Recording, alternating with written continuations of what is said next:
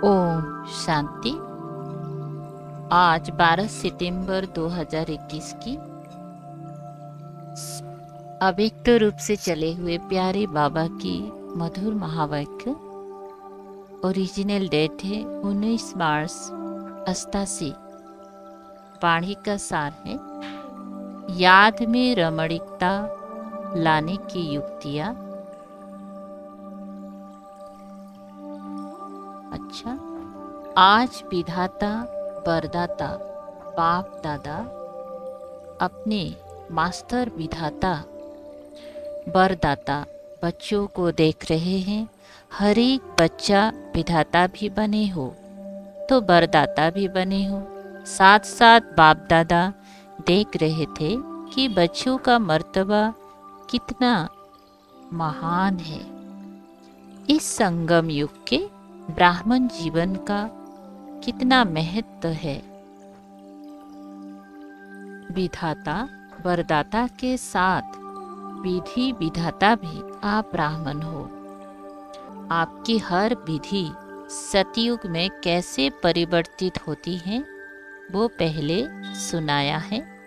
इस समय के हर कर्मों की विधि भविष्य में चलती ही है, लेकिन द्वापर के बाद भी भक्ति मार्ग में इस समय के श्रेष्ठ कर्म की विधि भक्ति मार्ग की विधि बन जाती है।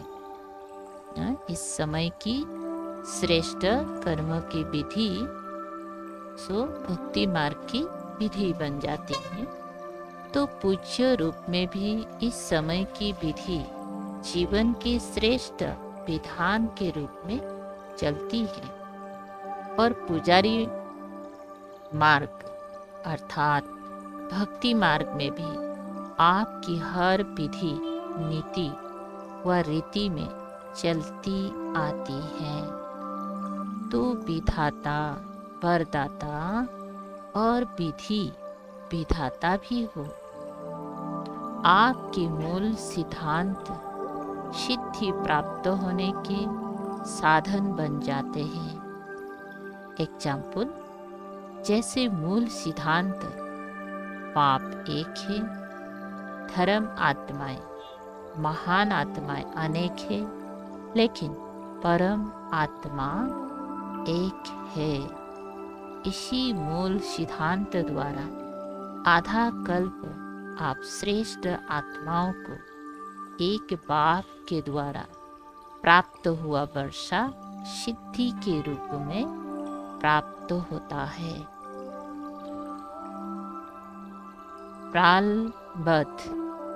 प्रालब्ध मिलना अर्थात सिद्धि स्वरूप बनना, क्योंकि एक बाप है, बाकी महान आत्माएं व धर्म आत्माएं हैं। बाप नहीं है। बाप एक ही है, बाकी सारे महान आत्माएं और धर्मात्माएं हैं। बाप नहीं है, भाई भाई है। वर्षा बाप से मिलता है, भाई से नहीं मिलता। तो इस मूल सिद्धांत द्वारा आधा कल्प आपको सिद्धि प्राप्त होती है। और भक्ति में भी गॉड इज वन, यही सिद्धांत सिद्धि प्राप्त करने का आधार बनता है। भक्ति का आदि आधार भी एक बाप के शिवलिंग के रूप से आरंभ होता है, जिसको कहा जाता है अव्यभिचारी भक्ति। तो भक्ति मार्ग में भी इसी एक सिद्धांत द्वारा ही सिद्धि प्राप्त होती है कि बाप एक है। ऐसे जो भी आपके मूल सिद्धांत है, उस एक एक सिद्धांत द्वारा सिद्धि प्राप्त होती रहती है। जैसे एग्जाम्पल, इस जीवन का मूल सिद्धांत पवित्रता है। इस पवित्रता के सिद्धांत द्वारा अब आत्माओं को भविष्य में सिद्धि स्वरूप के रूप में लाइट का ताज सदा ही प्राप्त है, जिसका यादगार रूप धवल ताज दिखाते हैं। और भक्ति में भी जब भी यथार्थ और दिल से भक्ति करेंगी तो पवित्रता के सिद्धांतों को मूल आधार समझेंगी और समझते हैं कि शिवाय पवित्रता के भक्ति की सिद्धि प्राप्त नहीं हो सकती है। चाहे अल्पकाल के लिए जितना समय भक्ति करते हैं उतना समय ही पवित्रता को अपनाएं, लेकिन पवित्रता ही सिद्धि का साधन है। इस सिद्धांतों को अपनाते अवश्य है। इसी प्रकार हर एक ज्ञान का सिद्धांत व धारणा का मूल सिद्धांत बुद्धि से सोचो कि हर एक सिद्धांत सिद्धि का साधन कैसे बनता है। ये मनन करने का काम दे रहे बाबा ने ये होमवर्क दे रहा है। जैसे दृष्टांत सुनाया इसी प्रकार से सोचना, तो आप विधि विधाता भी बनते हो, सिद्धिदाता भी बनते हो। इसलिए आज तक भी जिन भक्तों को जो जो सिद्धि चाहती हैं वो भिन्न भिन्न देवताओं द्वारा भिन्न भिन्न सिद्धि प्राप्त करने के लिए उन्हीं देवता की पूजा करते हैं। तो सिद्धिदाता बाप द्वारा आप भी सिद्धिदाता बनते हो, ऐसा अपने को समझते हो ना। जिनको स्वयं सर्व सिद्धियां प्राप्त हैं वही औरों को भी सिद्धि प्राप्त कराने के निमित्त बन सकते हैं। सिद्धि खराब चीज नहीं है, क्योंकि आपकी रिद्धि सिद्धि नहीं है। रिद्धि सिद्धि जो होती है वो अल्पकाल के लिए प्रभावशाली होती है, लेकिन आपकी यथार्थ विधि द्वारा सिद्धि है। ईश्वरीय विधि द्वारा जो सिद्धि प्राप्त होती है वो सिद्धि भी ईश्वरीय सिद्धि है। जैसे ईश्वर अविनाशी है तो ईश्वरीय विधि और सिद्धि भी अविनाशी है। रिद्धि सिद्धि दिखाने वाले रिद्धि सिद्धि दिखाने वाले स्वयं भी अल्पज्ञ आत्मा है।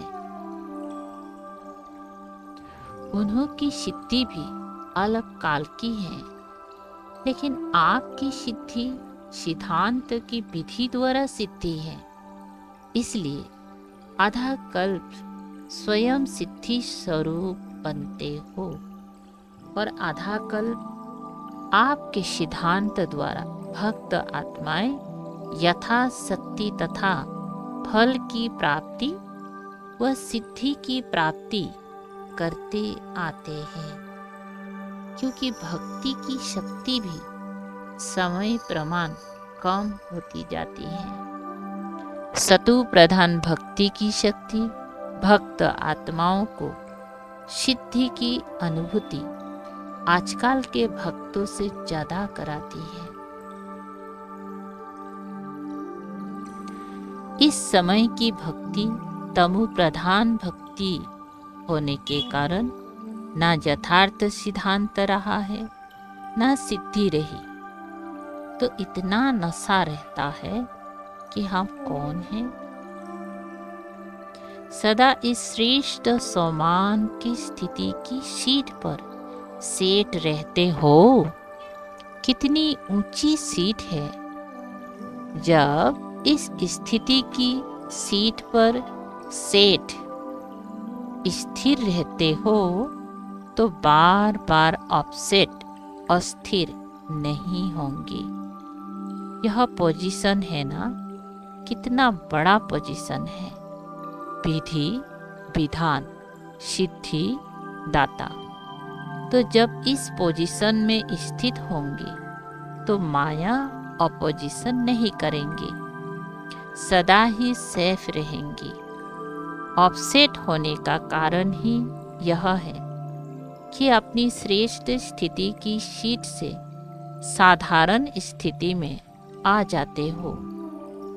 याद में रहना व सेवा करना एक साधारण दिनचर्या बन जाती है। लेकिन याद में भी बैठते हो तो अपने कोई न कोई श्रेष्ठ सम्मान की सीट पर बैठो। सिर्फ ऐसे नहीं कि याद के स्थान पर, चाहे योग के कमरे में, चाहे बाबा के कमरे में बिस्तर से उठकर बैठ गए, वह सारे दिन में जाकर बैठ गए। लेकिन जैसे शरीर को योग्य स्थान देते हो, वैसे पहले बुद्धि को स्थिति का स्थान दो। कोई अच्छा वाइब्रेशन वाला अच्छा ऐसे स्थान चुनते हैं ना, जहाँ हम बाबा को अच्छा से याद कर सके ना।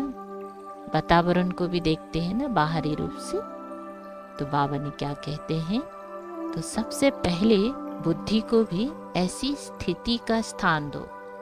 पहले ये चेक करो ना, बुद्धि में क्या चल रहा है, बुद्धि का स्थिति क्या है। पहले ये चेक करो कि बुद्धि को स्थान ठीक दिया तो ईश्वरीय नशा सीट से स्वतः ही आता है ना। जैसा आपकी नशा है, जैसे आपकी ऊंची स्थिति है, तो उस स्थिति के आधार से ईश्वरीय नशा स्वतः ही आएगा। आजकल भी कुर्सी का नशा कहते हैं ना। आपका तो श्रेष्ठ स्थिति का आसन है। कभी मास्टर बीज रूप की स्थिति के आसन पर शीट पर सेट हो, कभी अव्यक्त फरिश्ते की शीट पर सेट हो, कभी विश्व कल्याणकारी स्थिति की सीट पर सेट हो। ऐसे हर रोज भिन्न भिन्न स्थिति के आसन पर व सीट पर सेट होकर बैठो, तो कितना नशा चढ़ेगा ना, कितना योग में आनंद आएगा।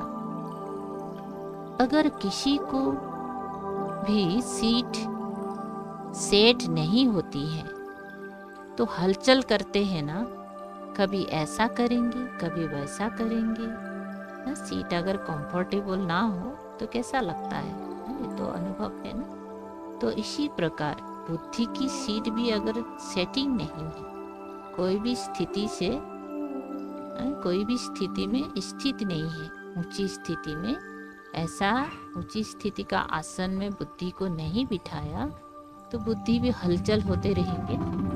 तो ये बुद्धि भी हलचल में तब आती है जब सीट पर सेट नहीं होते। जानते तो सब है कि हम यह है। अगर अभी से पूछे कि आप कौन हैं, तो लंबी लिस्ट अच्छी निकल जाएगी। लेकिन हर समय जो जानते हो वो अपने को मानो। बुद्धि से जो लिस्ट निकाला जाता है ज्ञान का हिसाब से, तो हम कितना सारा पॉइंट निकाल सकते हैं ना। तो बाबा ने कहते हैं कि जो पॉइंट निकालते हैं ना, उस अवस्था में, उस स्थिति में हर समय टिकने का कोशिश करो। मतलब उस अवस्था में अपने को मानो प्रैक्टिकल रूप से। सिर्फ जानो नहीं, मानो मीन्स अनुभव करना। क्योंकि जानने से सूक्ष्म में खुशी तो रहती है, हाँ मैं ये हूँ। मानना मतलब प्रैक्टिकल रूप से खुशी में आना। लेकिन मानने से शक्ति आती है और मान कर चलने से नशा रहता है। सिर्फ जानने से शक्ति नहीं आता है या नशा नहीं चढ़ता है, थोड़ा खुशी होती है। लेकिन जानकर जो हम मानते हैं, तो मानकर फिर हम चलते हैं, मतलब प्रैक्टिकल रूप से चलते हैं, तो नशा रहता है। जैसे कोई भी पोजीशन वाले जब सीट पर सेट होते हैं तो खुशी होगी लेकिन शक्ति नहीं होगी। तो जानते हो लेकिन मान कर चलो और बार बार अपने से पूछो, चेक करो कि सीट पर सेट हूँ या साधारण स्थिति में नीचे आ गया हूँ।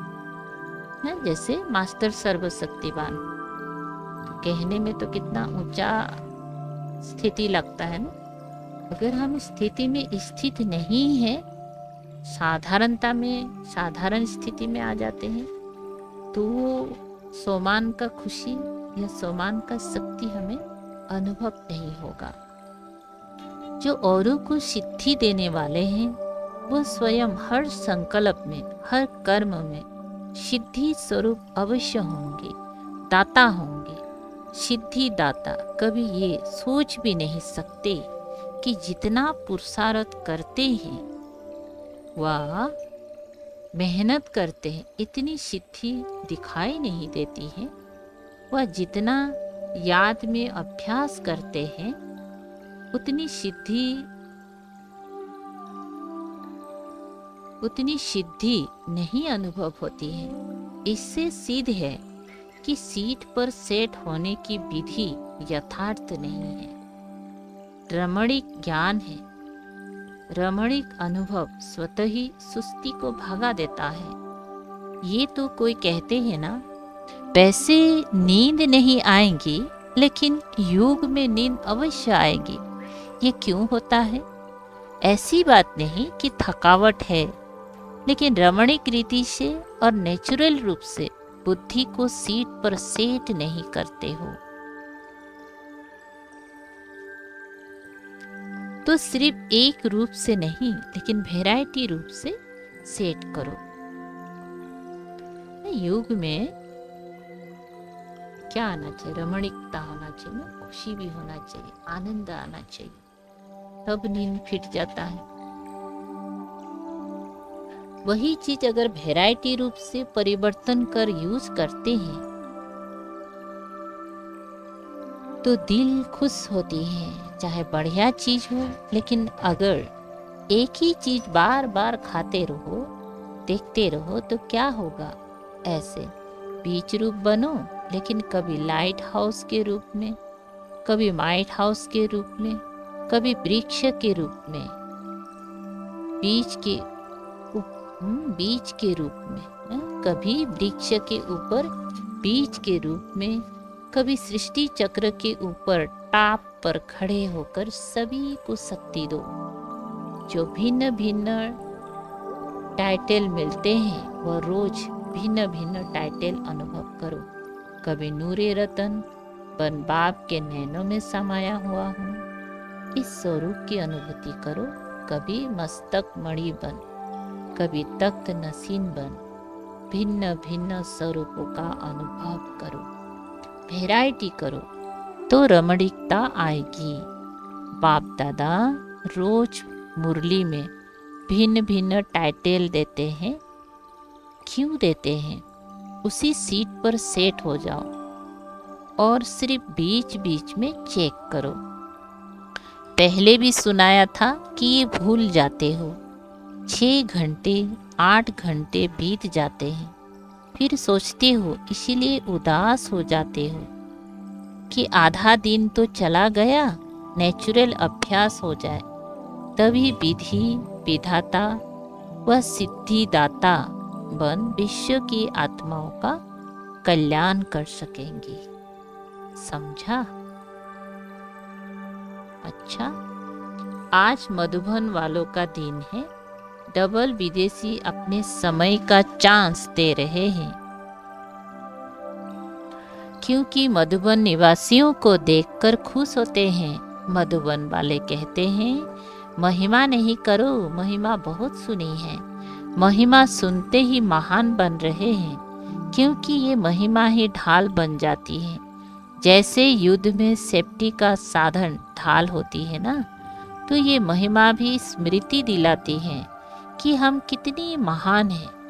मधुबन सिर्फ मधुबन नहीं है, लेकिन मधुबन है विश्व की स्टेज, मधुबन में रहना अर्थात विश्व की सीट पर, विश्व की स्टेज पर रहना। तो जो स्टेज पर रहता है वो कितना अटेंशन से रहता है। साधारण रीति से कोई किसी भी स्थान पर रहता है तो इतना अटेंशन नहीं रहता है, लेकिन जब स्टेज पर आएगा तो हर समय हर कर्म पर इतना ही, हर कर्म, हर समय हर कर्म पर इतना ही अटेंशन होगा। तो मधुबन विश्व की स्टेज है, चारों ओर की नज़र मधुबन के ऊपर ही है। वैसे भी सबका अटेंशन स्टेज की तरफ जाता है ना। तो मधुबन निवासी सदा विश्व की स्टेज पर स्थित है। साथ साथ मधुबन एक विचित्र गुंबज है, और गुंबज जो होते हैं ना उसका आवाज अपने तक आता है, लेकिन मधुबन ऐसा विचित्र गुंबज है जो मधुबन का जरा सा आवाज विश्व तक चला जाता है। फॉर एग्जाम्पल, जैसे आजकल के पुराने जमाने के कोई ऐसे स्थान निशानी मात्र है जो एक दीवार को अगर ऐसे हाथ लगाएंगे और आवाज करेंगे तो 10 दीवारों में वो आवाज आएगा और ऐसे ही सुनाई देगा जैसे इस दीवार को कोई हिला रहा है या आवाज कर रहा है।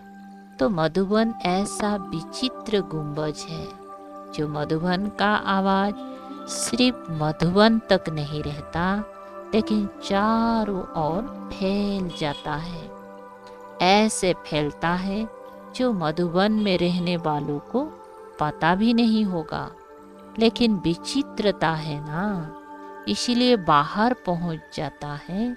इसीलिए ऐसे नहीं समझो कि यहाँ देखा या यहाँ बोला, लेकिन विश्व तक आवाज हवा की रफ्तार से पहुंच जाता है, क्योंकि सबकी नज़रों में, बुद्धि में सदा मधुबन और मधुबन का बाप दादा ही रहता है।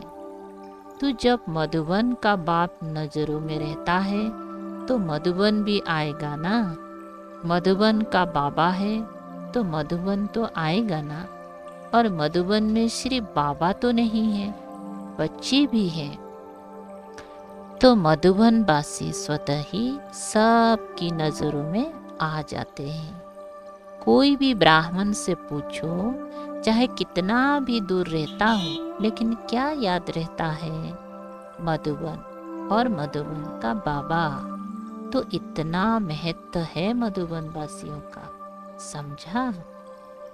अच्छा, चारों ओर के सर्व सेवा के उमंग उत्साह में रहने वाले, सदा एक बाप के स्नेह में समाये हुए, सदा हर कर्म में श्रेष्ठ विधि द्वारा विधि को, सिद्धि को अनुभव करने वाले, श्रेष्ठ विधि द्वारा श्रेष्ठ सिद्धि को अनुभव करने वाले, सदा स्वयं को विश्व कल्याणकारी अनुभव कर हर संकल्प से, बोल से श्रेष्ठ कल्याण की भावना और श्रेष्ठ कामना से सेवा में बिजी रहने वाले, ऐसे बाप समान सदा अथक सेवाधारी बच्चों को बाप दादा का याद प्यार और नमस्ते ऐसे बनाने वाले बाप दादा को भी याद प्यार, गुड मॉर्निंग और नमस्ते नमस्ते। अच्छा, बाप दादा से पर्सनल मुलाकात। स्वयं को कर्मयोगी श्रेष्ठ आत्मा अनुभव करते हो। कर्मयोगी आत्मा सदा कर्म का प्रत्यक्ष फल स्वतः ही अनुभव करती है। प्रत्यक्ष फल खुशी और शक्ति। तो कर्मयोगी आत्मा अर्थात प्रत्यक्ष फल खुशी और शक्ति अनुभव करने वाले बाप सदा बच्चों को प्रत्यक्ष फल प्राप्त कराने वाले हैं। अभी अभी कर्म किया, कर्म करते खुशी और शक्ति का अनुभव किया, तो ऐसी कर्मयोगी आत्मा हो, इसी स्मृति से आगे बढ़ते रहो। अच्छा, 2 नंबर, बेहद की सेवा करने से बेहद की खुशी का स्वतः ही अनुभव होता है ना। बेहद का बाप बेहद का अधिकारी बनाते हैं। बेहद सेवा का फल, बेहद का राज्य भाग्य स्वतः ही प्राप्त होता है। जब बेहद की स्थिति में स्थित होकर सेवा करते हो, तो जिन आत्माओं के निमित्त बनते हो, उनकी दुआएं स्वतः आत्मा में शक्ति और खुशी की अनुभूति कराती हैं। एक स्थान पर बैठे भी बेहद सेवा का फल मिल रहा है। इस बेहद की नशे से बेहद का खाता जमा करते आगे बढ़ते चलो। अच्छा,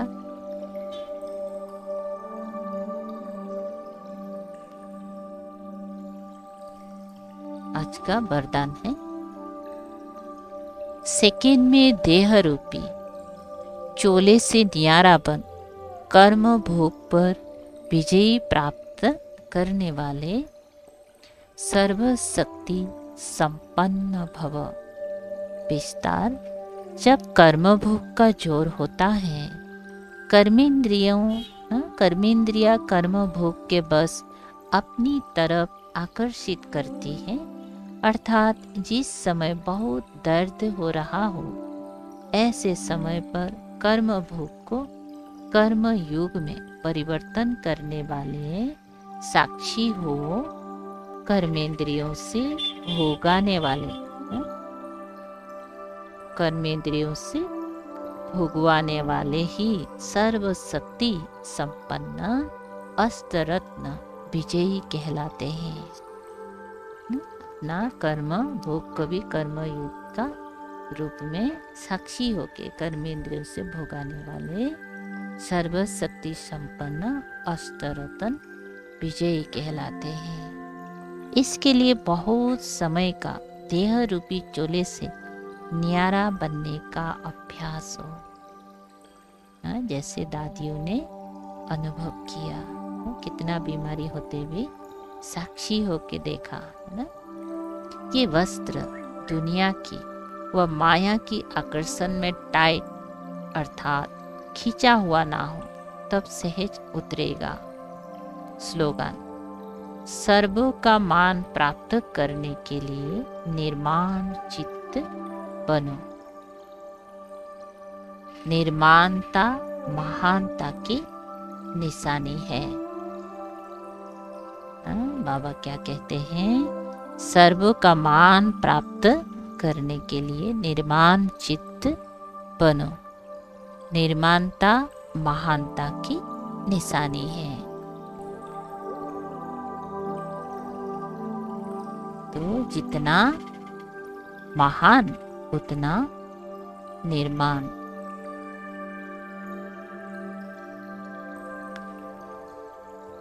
अच्छा, ओम शांति। शुक्रिया बाबा।